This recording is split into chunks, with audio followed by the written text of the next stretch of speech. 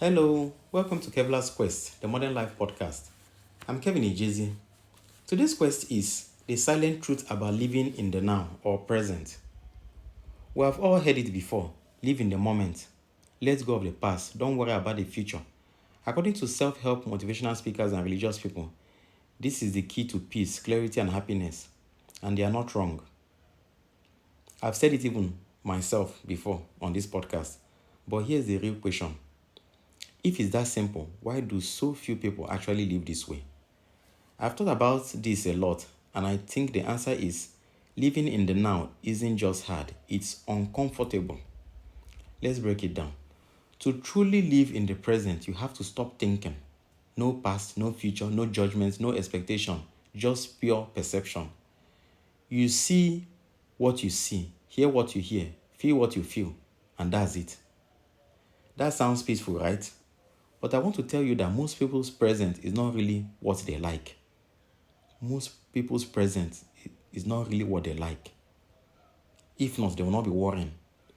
If you are lying on a bed of roses, on a bed of rose petals, surrounded by beautiful people, sure, living in the now sounds great. But if you are stuck in traffic, staring at a messy garage, or dealing with a noisy neighbor, the present moment is not exactly a vacation. And here's the deeper issue. We are not a very sensual society. We live in a society that people do not really want to feel deeply. They are just platonic. We value abstract thought, meaning, purpose, productivity. Sensuality that are seen as indulgent or immature. So when we try to live in the now, we are forced to confront our immediate environment through our senses, and most of the time, it's actually boring or worse, unpleasant. That's why people escape. They travel time in their minds back to the past, forward to the future. They use meaning and judgment to cover up the rawness of the now because the now is often dull, empty, and unstimulating. People who practice Buddhism sit in silence for hours, doing nothing. It's boring, but over time, they become exquisitely attuned to the tiniest shifts in sensation, like drinking plain water for a year. Add 1 grain of salt and you taste it instantly. But most people don't want that. They want to drink something sweet. They want stimulation. They want distraction. And so they avoid the now. Here's the metaphor in all this that I like. It's like a dirty store or a dirty garage. You know it needs cleaning, but every time you open the door, it's overwhelming. So you close it again and again until one day it's so bad you can't ignore it anymore. That's when you finally act. Living in the now is like cleaning that store or that garage.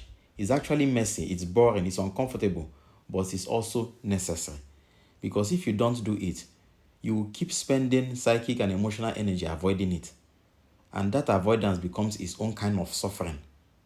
So, yes, living in the now won't solve all your problems, but it might stop you from adding new ones. And if you stick with it, you might just develop a taste for the subtle beauty of reality itself. Okay, that's our quest for today. Please subscribe, like, and share. Someone out there needs to hear this message, maybe someone like you. Let's spread strength and clarity to those navigating this journey. Let me know your thoughts. We'll talk more in future episodes. Thanks for listening and take care.